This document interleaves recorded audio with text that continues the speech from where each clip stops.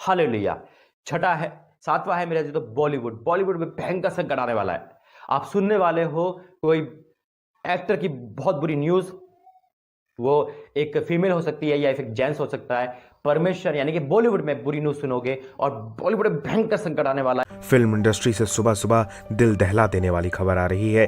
TV actress रश्मि रेखा ओझा ने फांसी लगाकर अपनी जान दे दी है। उनका शव उनके कमरे के पंखे से लटका हुआ मिला है। रश्मि रेखा अपने घर वालों से अलग होकर अपने बॉयफ्रेंड के साथ प्रेज लॉर्ड, प्रेज लॉर्ड, सभी को जय मसीह की। अभी ने देखा है एक और दुखद मृत्यु हो एक अभिनेत्री की।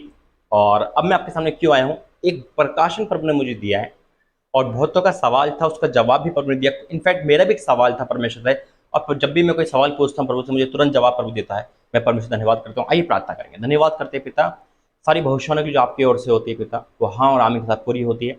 मैं आपका धन्यवाद करता हूँ पिता, आपने जो मुझे वरदान दिया उसका इस्तेमाल आप करवा रहे हो। मैं आपका धन्यवाद करता हूँ। और पिता जितने लोगों के जीवन में जो भविष्यवाणी है पिता, वो भी पूरी करना, और जितने भी संकट की भविष्यवाणी पिता उस पर दया करना, यीशु मसीह के नाम से आमीन। मेरे अजीजों, मेरे भी एक सवाल था और आपका भी सवाल है कि आपने बहुत लोग कहते हैं कि जो प्रभु मुझे भविष्यवाणी बताता है, जैसे आग की बताई है ना, या बाढ़ की बताई, जैसे 13 भविष्यवाणी बता रखी है 2022 में, और इनफैक्ट वो सारी पूरी हो चुकी है। प्रभु को धन्यवाद करता हूँ। और पूरे साल की है ये, संकट क्रिकेट पे हो, बॉलीवुड पे हो या राजनीति पे हो, है ना, ये प्रभु ने बता रखा है। तो लोगों का ये सवाल था कि ये तो हर साल होता है ना, आग हर साल लगती है, भूकंप हर साल आता है, तो अगर कोई भविष्यवाणी भी नहीं करेगा तब भी ये होगा। ये एक सवाल है ना। बॉलीवुड पे संकट हर साल आता है ना, या फिर बाढ़ हर साल आती है, एक्टर या फिर क्रिकेटर पे संकट आता है। और जब देखो परमेश्वर जो मुझे कहता है मैं वो कहता हूँ। लोग ये भी कहते हैं कि भविष्यवाणी देख के करनी चाहिए ना, या ये क्रिकेट पे एक्टर नहीं होते, क्योंकि उनकी सोच यही है ये इंसान नहीं होते, क्रिकेटर होते या एक्टर होते, राजनीतिक होता है। लेकिन परमेश्वर कहता है बेटा ये सब इंसान है, और हम भी मानते हैं इंसान है ना, इनको बचाना भी परमेश्वर कर्तव्य है। लेकिन आज का एक सवाल था, यही सवाल था कि ये हर साल होता है तो इसमें कौन सी बड़ी बात है। भाई भूकंप भी हर साल आते हैं ना। लेकिन मैंने भी सवाल प्रभु से पूछा, प्रभु ये हर साल होता है, आप भविष्यवाणी करवाओगे, मैं करूंगा। ये तो आपका वरदान है जो मुझे मिला है, और मैं इसे इस्तेमाल आप करवा रहे हो। आप जिस पे बोलोगे है ना, वो मेरा आपकी आज्ञा मानना मेरा कर्तव्य है। मैं मनुष्य को देख ही नहीं करता हूँ वो क्या कहेंगे। लेकिन फिर भी मैंने एक सवाल पूछा, उसका जवाब जो मुझे आया वो आपको हैरान कर देगा।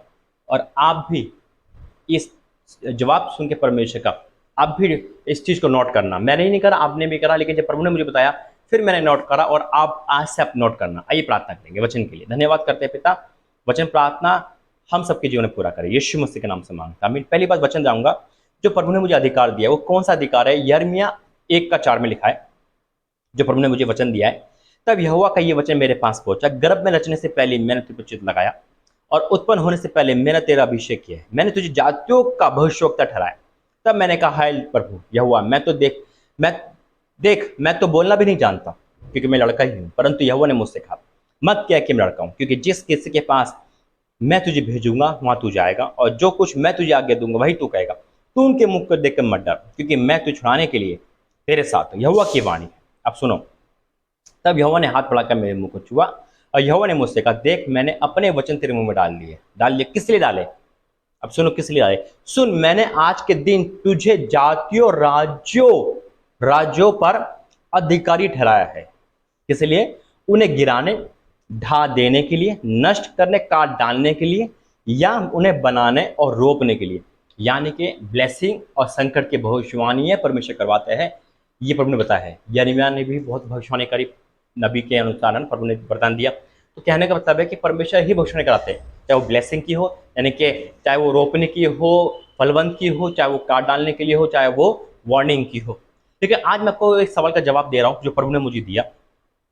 ये हर साल होता है। अगर आज प्रभु से भूकंप की भविष्यवाणी करवाते हैं, जैसे हो चुकी है और भूकंप आ रहे हैं, क्या फर्क है? अब देखो क्या जवाब है। देखो मेरे अजीजों, मैं आपको एक एग्जाम्पल के तौर पर बताऊंगा।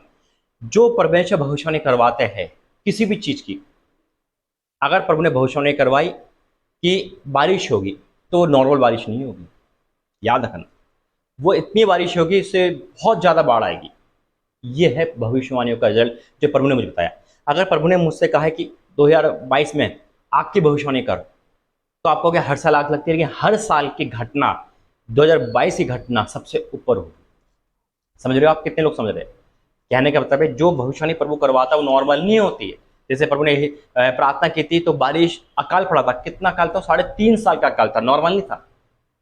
परमेश्वर ने अगर कहा है भूकंप आएंगे तो नॉर्मल नहीं आएंगे। अगर पिछले साल आपने ये सुना है कि 20 घटना भूकंप की है और परमेश्वर ने कहा 2022 की भविष्यवाणी होगी तो भूकंप की होगी, तो कम से कम 400 बार भूकंप आएंगे। और वो उस चीज को बढ़ाता है, नॉर्मल नहीं करता है। ये परमेश्वर ने मुझे बताया है। हालेलुया। जब बॉलीवुड पे संकट आया, आपने सुना है कभी इतना संकट बॉलीवुड पे? नहीं सुना होगा जितना कि इस साल। यानी कि बॉलीवुड का मतलब है फिल्म जगत से ही, इंडिया में फिल्म जगत में जो भी आता है, जो भी कैटेगरी आती है, कभी सुना है आपने? नहीं सुना होगा। लेकिन इतना संकट पहली बार देखा है, ठीक है, परमेश्वर भविष्य ने करा रखे है। क्रिकेटर पे संकट आएगा, कभी सुना है कि एक साल के अंदर 2 प्लेयर का देहांत हो जाए, मृत्यु हो जाए, वो भी कहते अचानक वाली, जैसे एंड्रू सैमन और शेन वॉर्न। कभी सुना है ऐसा कि एक ही टीम के 2 प्लेयर ऐसे गुजर गए? मैंने आज तक नहीं सुना। आज से कई साल पहले एक क्रिकेटर गुजरे थे, हेंसी कोरोनिया, जो प्लेन क्रैश में, उसके बाद अब सुन रहा हूं। तो परमेश्वर जो चीज भविष्यवाणी करवाते वो अति होती है। अगर कहा है कि बारिश होगी तो ये हर साल बारिश होती है ना। देखिए इस साल की बारिश बहुत भयंकर होने वाली है। इस साल 2022 की बारिश बहुत बाढ़ लेके आएगी, जो रिकॉर्ड टूटेंगे। अगर प्रभु ने जो भविष्यवाणी करा है, ये नोट करना, अब वो अधिक से अधिक होगा। अगर प्रभु ने कहा है कि 2022 में आग की घटना होगी तो सबसे ज्यादा आग की घटनाएं आप देखोगे 2022 में। यानी कि परमेश्वर जो चीज बोलता है वो उससे नॉर्मल होती है। भूकंप बोला है तो भूकंप नॉर्मल नहीं आएंगे, अननॉर्मल आएंगे, यानी कि ज्यादा आएंगे और भयंकर आएंगे। तो याद रखना मेरे अजीजों, जब भी कोई परमेश्वर भविष्यवाणी बोलता है, हर साल वाली नहीं होती। ये तो हर साल आता है, वो हर साल का प्रभु को भी पता है कि वो हर साल है, लेकिन परमेश्वर कुछ ज्यादा करना चाहता है। जब प्रभु किसी को बारिश की भविष्यवाणी करता है तो अति होती है वो। तो याद रखना, परमेश्वर जो भी भविष्यवाणी करवाते हैं उसके पीछे प्रभु की प्लानिंग होती है। हर साल वाली नहीं होती, हर साल वाली नहीं होती है, उससे ज्यादा होती है। हर साल छोड़ो, 50 साल तक ऐसी भविष्यवाणी नहीं होती जो प्रभु नई भविष्यवाणी करवाते हैं। हालेलुया। नहीं तो रिकॉर्ड देखना कि आज 2022 में कितनी आग लगी है। क्या कभी ऐसा हुआ है? जो परमेश्वर भविष्यवाणी करवा दी वो होनी है, और वो अननॉर्मल होनी है, वो भयंकर होनी है। ये है, इसलिए मुझे आपके सामने आज प्रभु का जवाब लेके आना पड़ा। ये मैंने भी पूछा था और आपका सवाल मुझसे था, ये जवाब आपको मिल गया होगा। और आपके बाद नोट करना कि जो जो भविष्यवाणी प्रभु ने करवाई है वो सबसे ज्यादा घटना वाली होगी, कोई छोटी मोटी नहीं होती। आइए प्रार्थना करेंगे। धन्यवाद करते हैं पिता, वाक्य में तो भेद की बात बताता है पिता। जो भविष्यवाणी आपने मुझे बताई है पिता, वो अननॉर्मल है पिता, वो साधारण नहीं है, हर साल वाली नहीं है पिता, वो अधिक से अधिक होगी पिता। अभी साल के 6 महीने बीते, 6 महीने बाकी है पिता।